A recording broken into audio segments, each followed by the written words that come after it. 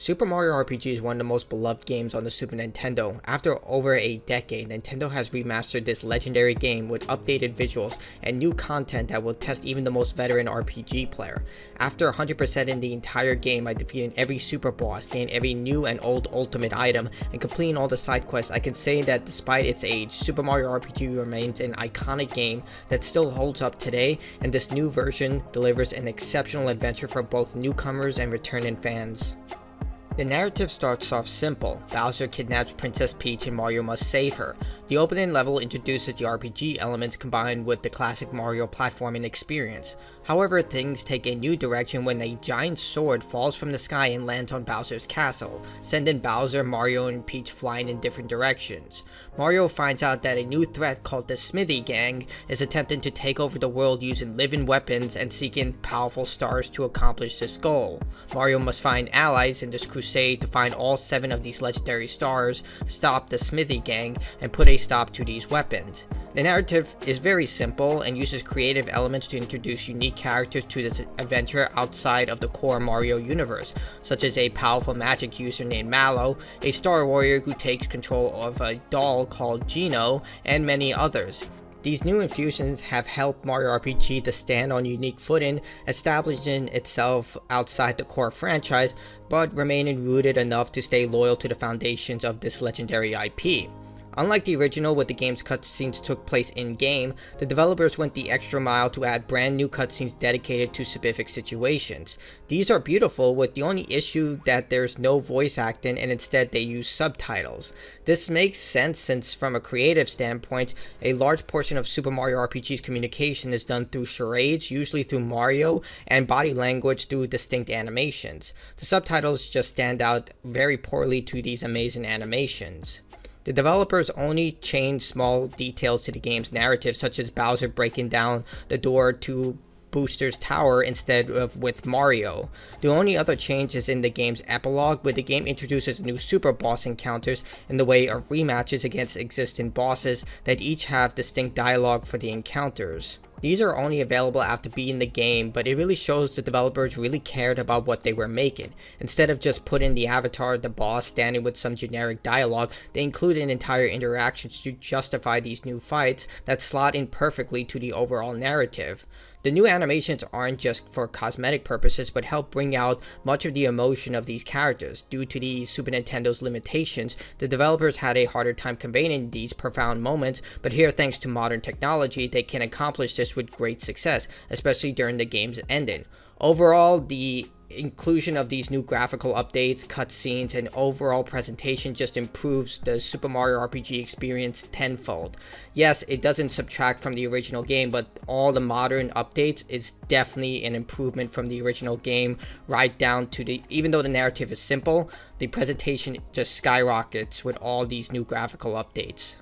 Much of Super Mario RPG plays similar to the original, but the developers took intricate notes of how to improve every system. You'll still use time button presses to increase the strength of your attacks and lower the power of enemy attacks. The developers added a prompt to help players time their presses more efficiently.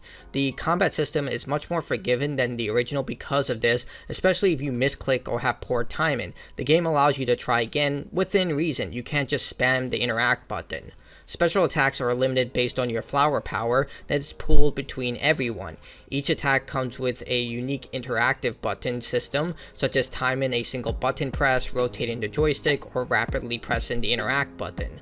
The addition of dials helps showcase how powerful your attack is and if you reach the maximum amount of output, a massive quality of life improvement from the original. The newest addition is the triple move. This elite attack is available after filling up your gauge meter, which is done by performing timed defensive and offensive attacks. The higher the chain, the more your defensive capabilities are improved, and the amount your gauge fills, with the maximum being 5, but higher than 5 will increase the chances of lucky additions, such as during battle you'll gain an additional turn, increased attack, defense, or healing, but these are only triggered when an enemy is defeated, so you can't use this during boss fights. The triple move varies based on your team formation, such as a single powerful attack, a powerful attack that attacks everyone, heal-in or shield-in. You gain access to a Toad special function during about 1/5 of the game, which gives you a random benefit by accessing the gauge, but once you get the triple move, that Toad ability is completely removed. Players can now swap between their characters at any time. During battle, you can swap one ally during their turn, when an ally is knocked out, or when inflicted with a status effect that prevents them from acting, like sleep or turning into a mushroom.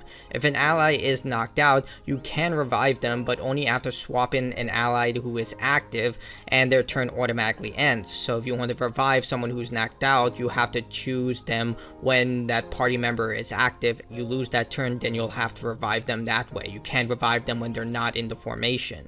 This new system allows for easy access to every character's ability, but the best feature is that experience is shared evenly. This is such a godsend and alleviates a lot of grinding, with the max level being 30. When you level up, you can choose to further upgrade one of 3 stats. This includes health, attack and physical defense, and magic defense. You can gain a boost in experience or coins by getting a lucky item during combat, where a gambling minigame has you finding a Yoshi that is shuffled between two other items. One will break even and you won't get anything, and the other will completely erase either coins or experience depending on what you're gambling with. Extra boosts are provided in the way of rare star items found in the overworld that allows you to instantly defeat enemies as well, along with an experience booster that you obtain during the game's progression. Combat still follows the same turn-based formula, but things are quick and snappy thanks to the improved systems. I didn't mind the grind because the combat was very efficient. Occasionally you might encounter special enemies. These are unique foes from the existing enemy pool that have boosted stats, and when defeated always grant you a frog coin, which is used to purchase special items like the experience booster from a unique vendor and extra experience and coins. The boss fights have been given a slight update as well. Instead of just appearing, each boss has a unique introduction before the fight starts, which I think is incredible. I'm sure that this is probably a glitch, or maybe it's not, but it seems that there should have been sound playing when they do these animations. Some of the animations do have sound and some of them don't, so I'm not sure if this is a problem within the game or is it actually supposed to be part of the game. You decide. The platforming system remains loyal to the classic Super Mario games. It follows many of the same jumping systems in the most basic way. The overworld complements this with a diverse array of locations, both familiar like the Mushroom Kingdom, Bowser's Keep, and unique locations like Booster's Tower and Monstral Town. The game will have chests and coins lying around in some areas, and they also have hidden chests that you can locate by either luck by jumping around, or special items that reveal their location, or when you're within proximity of these hidden chests. Unlike the original, due to technical limitations, the developers filled much of the empty spaces when exploring, and it's definitely an upgrade in the presentation. Strangely, they didn't do this for the entire game, such as inside the Mushroom Castle, where there's just a black void as it was in the original. I'm not sure, maybe their budget got cut or maybe they didn't have time. It just seems a little weird that they didn't fill in this empty space. Customization is mostly lackluster. Most of the game's armor and weapons involve the classic formula of just buying new gear from the new town that you come in contact with. The most powerful items are given towards the end of the game, and the new ultimate items from the game's new super bosses are only available in the post-game section. Some items are hidden, but mostly the good armor is found by just going to a vendor and having the coin to buy it. The mainline content is generally easy to follow, with a brand new flag system that appears in the overworld map to showcase where to go. And speaking of the overworld map, the developers really went above and beyond with this new updated map, with tiny animations playing out in each region. The optional content, on the other hand, tends to be hidden, and most players will likely miss out on it without a guide or familiarity with this game. The menu system has completely been overhauled with a clean interface that makes navigating a breeze. It looks incredible. Another quality of life feature is the ability to return to the overworld map from almost any location. The only exception I found is when you're inside houses. Mario RPG is notorious for its mini games, and they play out the same as in the original. I couldn't tell the difference from a personal standpoint, but they are fun distractions that provide a diversity to the platforming sections and give added rewards for great performances, such as falling from a waterfall, running up a hill and avoiding obstacles, or this incredible minecart section. The developers decided to add some new content for returning fans and those looking for a challenge. After beating the final boss, players are introduced to the super versions of existing boss enemies. Each one of these super bosses are harder than the final boss and provides a new legendary item for beating them, such as a weapon or accessory. These were not just shoehorned into the game with just avatars standing around and saying, "Do you want to challenge me again?" But instead they're slotted into the game's narrative, so there's a reason why you're fighting them again.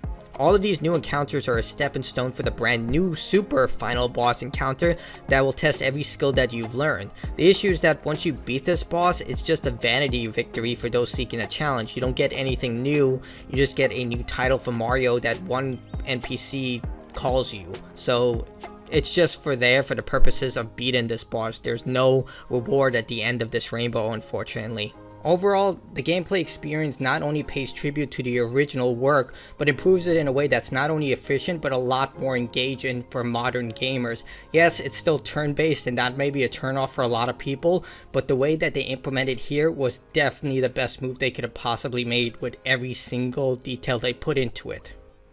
The musical score of Super Mario RPG was already amazing, and here the modern interpretations not only respect the source material, but the remakes are just amazing. Like, the entire soundtrack for this game is absolutely brilliant. Whether you want to play the original or the modern, you can't lose with this. It's an amazing soundtrack. Despite the game not being graphically demanding, I encountered a lot of frame rate issues, especially in the Mushroom Kingdom where the game would slow down. It didn't happen in areas when there was combat present, only in areas where there was no combat present. Not really sure why. I didn't encounter this in handheld mode, but when I played it in dock mode, it would happen only in the Mushroom Kingdom and Rose Town, but I don't know, it was a little problematic there. Additionally, the load times between the world map and getting into a region are noticeably long, but other than that, the game ran perfectly well for me. Super Mario RPG is an exceptional remake of this legendary title. The massive graphical updates, the improvements to the combat system, the new super boss encounters, and the overall package is just a joy to experience. It is a bit expensive at $60, but as someone who played the original to 100% as well, I had nothing but smiles replaying this adventure and seeing all the new improvements, especially the visual design. Even more than a decade later, Super Mario RPG remains an exceptional game, and this new updated version highlights why it's so beloved within the community and why it should be revered even to this day. Yes, I get it, it's $60 for a game that you essentially got on the Super Nintendo, but trust me, everything that is improved in this game makes the experience so much more better, and the new super boss encounters are well worth the asking price. If you are a fan of Super Mario RPG, it's a no-brainer, purchase this game, and if you're a newbie, if you like Super Mario and you like old school RPGs, you can't go wrong with Super Mario RPG. This is an amazing game and you definitely should try it.